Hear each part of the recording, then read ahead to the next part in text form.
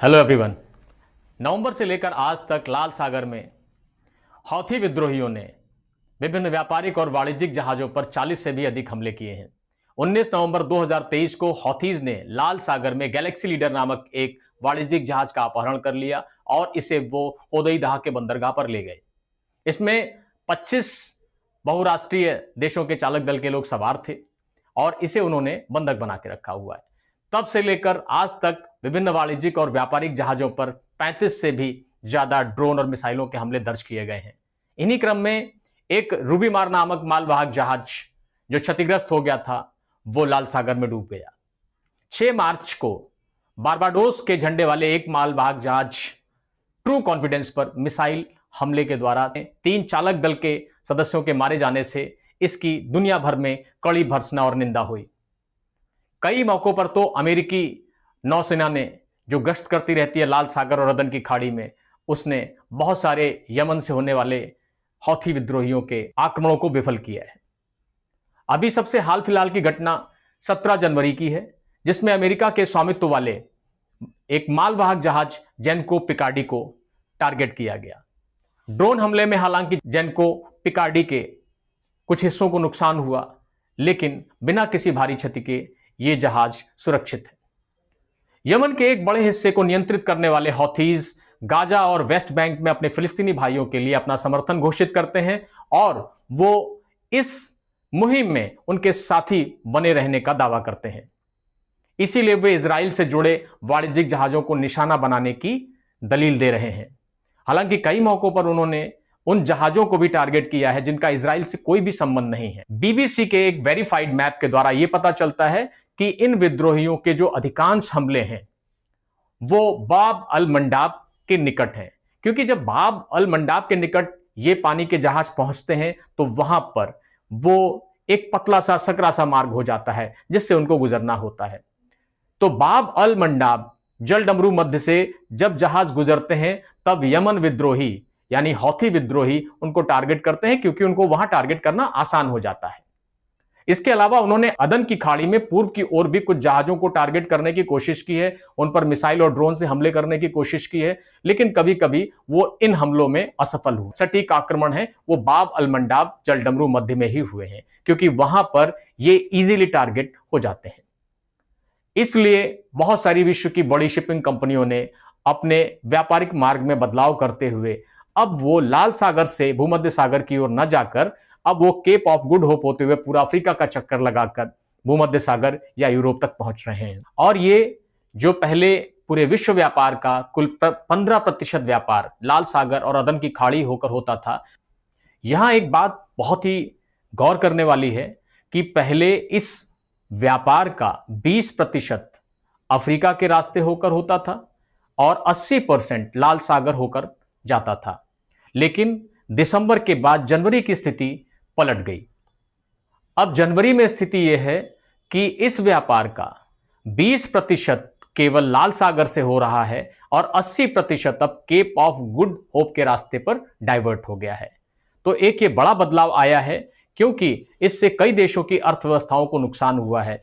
खासतौर से मिस्र देश की अर्थव्यवस्था तो पूरी तरह से लचर हो गई है, क्योंकि इस शिपिंग ट्रैक पर लगभग एक आंकड़े के अनुसार 50 जहाज मालवाहक जहाज प्रति दिवस प्रतिदिन मिस्र के रास्ते यानी कि स्वेज नहर होकर भूमध्य सागर की ओर जाते थे, और आज बिल्कुल नगण्य है ये संख्या। सबसे ज्यादा या इस शिपिंग रूट पर सबसे ज्यादा फायदा मिस्र की अर्थव्यवस्था को पहुंचता था। जो जहाज स्वेज नहर के रास्ते गुजरते थे वो निश्चित तौर पर मिस्र की अर्थव्यवस्था में कुछ न कुछ इजाफा करते थे।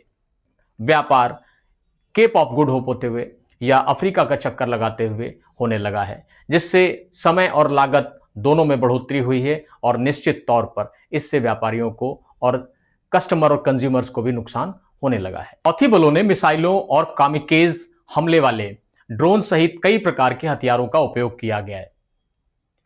उनके पास 200 किलोमीटर की मध्यम रेंज वाले काशिफ 1 और काशिफ 2 प्रकार के ड्रोन हैं और 1800 किलोमीटर की रेंज वाले अन्य ड्रोन भी हैं।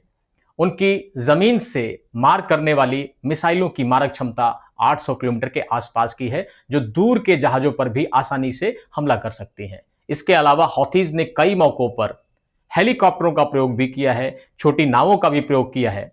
अभी गैलेक्सी लीडर के अपहरण के मामले में उन्होंने गैलेक्सी लीडर के डेक पर उतरने के लिए हेलीकॉप्टर की सहायता ली। इन हमलों में जो इस्तेमाल किए जा रहे हथियार हैं वो उन्होंने यमन के गृह युद्ध के दौरान या शुरुआत में वो अपने अपने ही देश से लूटे थे। संयुक्त राष्ट्र का यह भी मानना है कि हौथी आतंकवादियों ने या हौथी विद्रोहियों ने ये हथियार नागरिक आपूर्ति श्रृंखला के माध्यम से ईरान से प्राप्त किए हैं। लेकिन कुछ भी हो, हौथी बलों द्वारा उपयोग किए जाने वाले ड्रोन और मिसाइलों की बढ़ती हुई परिष्कृत श्रृंखला ने देश और विदेश की नींदें उड़ा दी हैं। इससे यह जाहिर होता है कि कहीं ना कहीं उनका ईरान से संबंध है, कहीं ना कहीं ईरान उनको पीछे से सपोर्ट कर रहा है। अभी अमेरिका ने यह खुलासा ईरान से यमन जा रही एक मछली पकड़ने वाली नाव पर से मिसाइल और वायु रक्षा प्रणालियों के हिस्सों को जब्त करने के आधार पर की। कई सैन्य विश्लेषकों का यह भी मानना है कि ईरानी जहाज एमवी बेहशाद, जो पहले ईरान का एक मालवाहक जहाज था, आज एमवी बेहशाद को आल्टर करके, एमवी बेहशाद को नवीनीकृत करके उसमें तमाम रक्षा के उपकरण लगाए गए हैं और उन पे रडार प्रणाली जैसी आधुनिक सिस्टम ट्रैकिंग डिवाइसेस भी लगाई गई हैं ताकि वो मालवाहक जहाजों को आराम से ट्रैक कर पाए। हौथी लाल सागर के जहाजों पर ही हमला क्यों कर रहे हैं? कौन है हौथीज? इन तमाम प्रश्नों के लिए हम पहले यह जानना चाहेंगे कि हौथीज हैं कौन। हौथीज वाकई ईरान समर्थित विद्रोही समूह है जो इजराइल को अपना कट्टर शत्रु मानते हैं। यह सशस्त्र राजनीतिक और धार्मिक समूह है जो यमन के शिया मुस्लिम अल्पसंख्यक जैदीज का समर्थक है। गाजा पट्टी में युद्ध के जवाब में हौथियों ने इजराइल की ओर ड्रोन और मिसाइलों से भी हमले चालू किए। यह खुद को हमास और लेबनान के हिजबुल्लाह आंदोलन जैसे सशस्त्र समूहों के साथ साथ इजराइल, अमेरिका और व्यापक पश्चिम के खिलाफ ईरानी नेतृत्व वाली प्रतिरोध की धुरी का हिस्सा मानते हैं। औपचारिक रूप से अंसार अल्लाह के नाम से जाने जाने वाला यह समूह 1990 के दशक में उभरा था। इस आंदोलन का नाम इसके मरहूम संस्थापक हुसैन अल हाथी के नाम पर रखा गया, जिसकी कमान आज उसके भाई अब्दुल मलिक अल हौथी के हाथ में है। 2000 के दशक की शुरुआत में हौथीज ने यमन के लंबे समय तक सत्तावादी राष्ट्रपति अली अब्दुल्लाह सालेह के खिलाफ कई विद्रोह किए।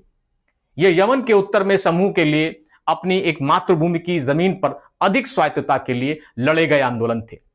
2011 के अरब स्प्रिंग के दौरान एक लोकप्रिय विद्रोह ने राष्ट्रपति सालेह को अपने डिप्टी अब्दुल रब्बहू मंसूर हादी को सत्ता सौंपने के लिए मजबूर किया था। राष्ट्रपति हादी की सरकार बाद में कई समस्याओं से घिर गई। सालेह और उसके प्रति जो वफादार बचे हुए सुरक्षा बल थे, उन्होंने एक गठबंधन बनाने के बाद हौथियों ने यामिनी की राजधानी सना पर कब्जा करने से पहले सादा उत्तरी प्रांत पर भी कब्जा किया। 2015 में विद्रोहियों ने पश्चिमी यमन के बड़े हिस्से पर कब्जा किया और हादी को विदेश भागने पर मजबूर किया। पड़ोसी देश अरब को भी डर है कि अगर हौथीज यमन पर कब्जा कर लेंगे तो कहीं ना कहीं ईरान का जो प्रतिद्वंदी चेहरा है वो उनके बिल्कुल करीब आ जाएगा। इस कारण से अरब के तमाम देशों ने आपस में गठबंधन बनाया और उसने हौथीज के खिलाफ भी युद्ध में हस्तक्षेप किया। लेकिन कई लंबे प्रयासों के बावजूद भी अरब जैसे हौथियों को नियंत्रित नहीं कर पाए। आज सऊदी अरब हौथीज के साथ यूएनओ की मध्यस्थता से एक शांति समझौता करके संघर्ष विराम की स्थिति में है। यह संघर्ष विराम अप्रैल 2022 से प्रभावी है। अभी एक आधुनिक डेटा के अनुसार लगभग 1,60,000 से ज्यादा लोग इन आंतरिक विद्रोहों में मारे गए हैं और लगभग 4 मिलियन से ज्यादा लोग विस्थापित हुए हैं। अब एक बड़ा प्रश्न यह उठता है कि हौथियों का समर्थन आखिर कौन करता है? उनको हथियारों की सप्लाई कहां से आती है? उनको हथियार कौन सप्लाई करता है? अमेरिका की माने तो इन सब के पीछे ईरान का हाथ है। आज ईरान ने ही हौथी विद्रोहियों को किसी भी तरीके से सैन्य और सामरिक प्रशिक्षण देने के बाद हमला करने में, आक्रमण करने में और तमाम अत्याधुनिक हथियार, रॉकेट लॉन्चर, मिसाइल, क्रूज चलाने में बहुत ही पारंगत कर दिया है। लेकिन हमेशा हर मंच पर, अंतर्राष्ट्रीय मंच पर ईरान अपनी संलिप्तता से पूरी तरह से इनकार करता रहा है। सऊदी अरब का और साथ ही साथ अमेरिका का भी यह कहना है कि ईरान ने इस मामले में संयुक्त राष्ट्र की हथियार प्रतिबंध की जो संधि है उसका उल्लंघन करते हुए यमन विद्रोहियों को गृह युद्ध के दौरान कई बार हथियार उपलब्ध कराए हैं, जो निश्चित तौर पर यूएनओ की संधियों का उल्लंघन है। अब हम ये देखते हैं कि हौथियों का यमन के कितने हिस्से पर कंट्रोल है, कितने हिस्से पर प्रभाव है। अगर वास्तव में देखा जाए तो हौथियों का यमन के उत्तर पश्चिमी हिस्से में ही ज्यादा प्रभाव है और इसी हिस्से में लाल सागर का पश्चिमी कोस्ट भी आता है या लाल सागर का हिस्सा भी आता है। ऐसे में हौथी विद्रोहियों से निपटने के लिए तमाम अंतर्राष्ट्रीय प्रयासों के बीच में भारतीय नौसेना ने अविस्मरणीय प्रयास करते हुए अपनी उपस्थिति से सभी को चौंकाया है। भारत ने अपने 12 वारशिप तैनात कर रखे हैं, जिनमें से 2 वारशिप अदन की खाड़ी में तैनात हैं और 10 वारशिप पूर्वी और पश्चिमी अरब सागर की सीमाओं पर तैनात हैं। अभी भारत ने 2 बड़े रेस्क्यू ऑपरेशन किए हैं। आईएनएस कोलकाता ने अभी 5 मार्च को सोमालियाई डाकुओं के कब्जे से माल्टा नामक जहाज को बचाया है। इसे बड़े लंबे समय से लगभग 3 महीने से सोमालियाई डाकुओं ने बंधक बनाकर रखा हुआ था और भारतीय नौसेना ने आईएनएस कोलकाता की सहायता से ना इसके केवल बंधक लोगों को छुड़वाया बल्कि सोमालियाई डाकुओं को आत्मसमर्पण करवाकर उसे भारत लेकर आए। इसी में दूसरा जो प्रयास भारतीय नौसेना ने रेस्क्यू ऑपरेशंस का किया वो पाकिस्तानी नाविकों को, जिसमें 19 पाकिस्तानी नाविकों के साथ और भी कई देशों के नागरिक सवार थे, तो उन नाविकों को भी सोमालियाई डाकुओं से बचाया। यह ऑपरेशन भारतीय नौसेना ने आईएनएस त्रिशूल और आईएनएस सुमेधा की सहायता से संचालित किया। इस तरह से हम देखते हैं कि अरब सागर में व्यापार के मार्गों को सुलभ बनाना और उनको सुरक्षा प्रदान करना, इन दोनों उद्देश्यों को लेकर भारतीय नौसेना पूरी तरह से तत्पर रही है। निश्चित तौर पर अपने इन रेस्क्यू ऑपरेशन से भारतीय नौसेना का स्थान पूरी विश्व कम्युनिटी की नजरों में बहुत ऊंचा उठ गया है। भारतीय नौसेना ने सभी भारतीयों को गौरव करने का पूरा मौका दिया है। इसी के बीच तमाम अंतर्राष्ट्रीय देशों ने, जिसमें संयुक्त राज्य अमेरिका, ब्रिटेन और फ्रांस, इन सभी ने भी अपने गश्ती दलों को सक्रिय किया है। वो लाल सागर और अदन की खाड़ी में लगातार अपनी गश्ती सीमाएं बढ़ा रहे हैं और लगातार गश्त कर रहे हैं ताकि इस मार्ग से आने जाने वाले व्यापारिक और वाणिज्यिक जहाजों को सुविधा और सहूलियत के साथ साथ सुरक्षा महसूस हो। तो इस तरह से निश्चित तौर पर अंतर्राष्ट्रीय कम्युनिटी के द्वारा तमाम अंतर्राष्ट्रीय प्रयास किए जा रहे हैं कि एक बार फिर से लाल सागर से होने वाला व्यापार जो हौथी विद्रोहियों के द्वारा प्रभावित किया गया है, ये फिर से रेस्टोर किया जा सके और जो व्यापारिक और वाणिज्यिक जहाज एक लंबी दूरी तय करके यूरोप और भूमध्य सागर पहुंच रहे हैं, उनको फिर से इस मार्ग से संचालित किया जा सके। ऐसे में हमने एक और घटना को जिक्र करते हुए ध्यान में रखना है कि अभी जो बीती हुई 11 जनवरी है, अमेरिका और ब्रिटेन ने यमन पर हमला किया। क्या है अमेरिका और ब्रिटेन के द्वारा यमन पे हमलों का कारण? अमेरिकी राष्ट्रपति बाइडेन सीधे तौर पर हौथी विद्रोहियों के ऑपरेशंस के पीछे ईरान का हाथ मानते हैं और वो ईरान समर्थित हौथी विद्रोहियों को पूरी तरह से नेस्तनाबूद करने के लिए संकल्पबद्ध हैं। अगर हम लोग ब्रिटेन के विदेश मंत्री डेविड कैमरन की बात को ध्यान दें तो डेविड कैमरन ने अपने कई स्टेटमेंट्स में हौथी विद्रोहियों को पूरी तरह से समाप्त करने की या नेस्तनाबूद करने की कसम खाई है। इस तरह से अंतर्राष्ट्रीय कम्युनिटी के द्वारा इस मार्ग को हौथी विद्रोहियों से पूर्णतया मुक्त कराने का प्रयास जारी है। और जहां तक बात अमेरिकी और ब्रिटेन के हमलों की है तो यमन पर अमेरिका और ब्रिटेन का हमला केवल हौथी विद्रोहियों को समाप्त करने के लिए है, क्योंकि यहां से हौथी विद्रोही अपने ऑपरेशंस को संचालित करते हैं। इसलिए अमेरिका और ब्रिटेन की संयुक्त सेनाओं ने हौथी विद्रोहियों के ठिकाने पर लगातार हमले जारी रखे हैं। लेकिन साथियों, एक बात बहुत ताज्जुब की है कि अमेरिका और ब्रिटेन के लगातार हमलों के बावजूद भी हौथी विद्रोही अभी भी बिल्कुल पस्त नहीं हुए हैं। वो अभी भी यदाकदा लगातार अपने आक्रमण जारी रखे हुए हैं। हमने देखा कि हौथी विद्रोही और सोमालिया के डाकू संयुक्त रूप से लाल सागर और अदन की खाड़ी से होने वाले व्यापार के लिए काले बादल की तरह छाए हुए हैं। इस समस्या के समाधान के लिए हौथी विद्रोहियों की समस्या का समाधान होना बहुत जरूरी है।